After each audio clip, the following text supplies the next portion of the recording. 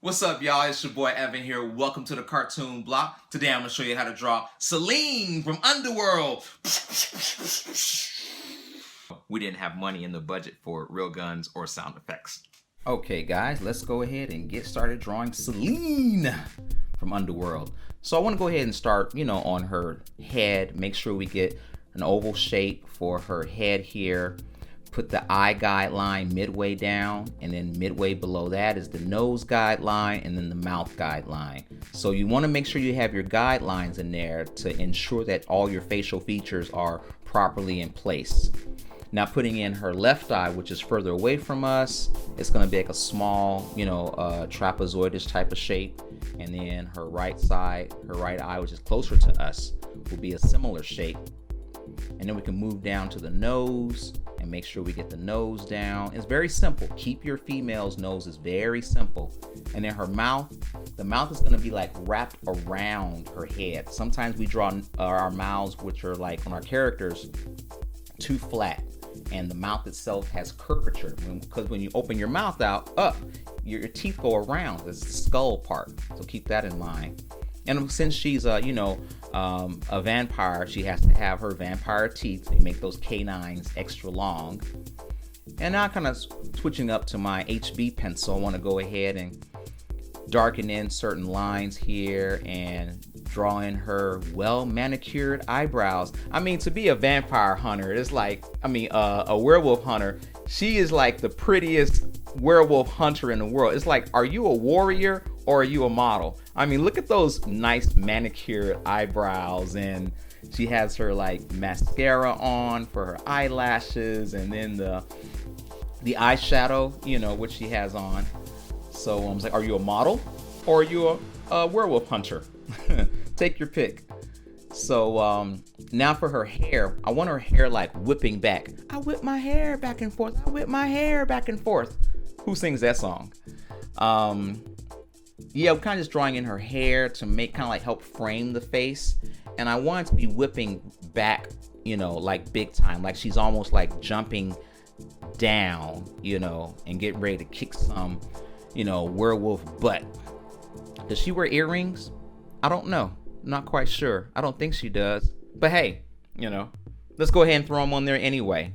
And of course she has to have her Desert Eagle gun. So I'm kind of putting that in there to ensure that kind of like it frames the face, it being this diagonal piece going across it.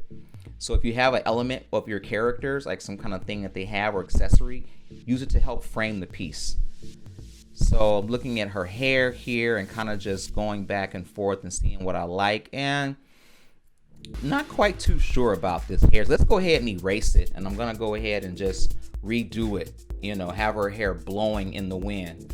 Which brings me to another point, like, why do you look at the cover of magazines and you see like 90% of the models on there have their hair blowing in the wind, and they're standing indoors? Like, what is up with that? It's like, where are you in the world where your hair is blowing that naturally and you're indoors? Like, I don't get it. So it's just something cool. People still buy those magazine covers, and I guess it makes the woman look more sexy when their hair is blowing. I never see any woman in real life with hair blowing like that, unless they live in Chicago, which is where I'm from, and they do call it the Windy City for a reason. So just using my Copic multi-liner pen here and kind of putting in the darker areas on her face and just blending in like the shadows right here on her teeth. Make sure you don't make her teeth super white, but you want to go ahead and just make sure that they do have some depth. And then kind of erasing out, putting some rim light around her and things like that. Next, it's time to bust out the power pen.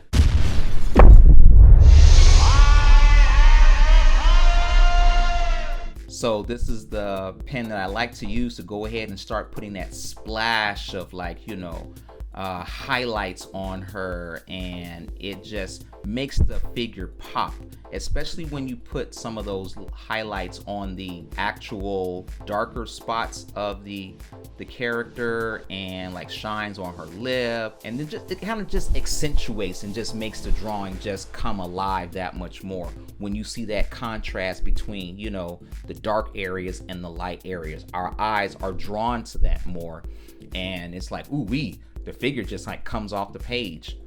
And here I'm just using up the Copic multi-liner to go ahead and just kind of like darken in her eyelashes some more. We want her to look fierce, that's why I gave her this angry expression, but we also want her to look like pretty. Because it doesn't matter, you know, how our, you know, female action characters kick butt, we still want them to be attractive and gorgeous. So, what do you think?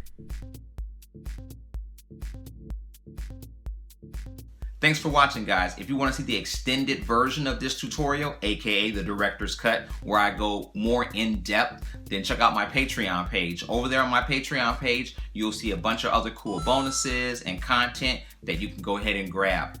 Also, if you want to check out my free superhero mini course, click the link below in the description. And question for this week: who's your favorite female superhero or action star, okay, or action character? Let me know in the comments below. Till next time, deuces.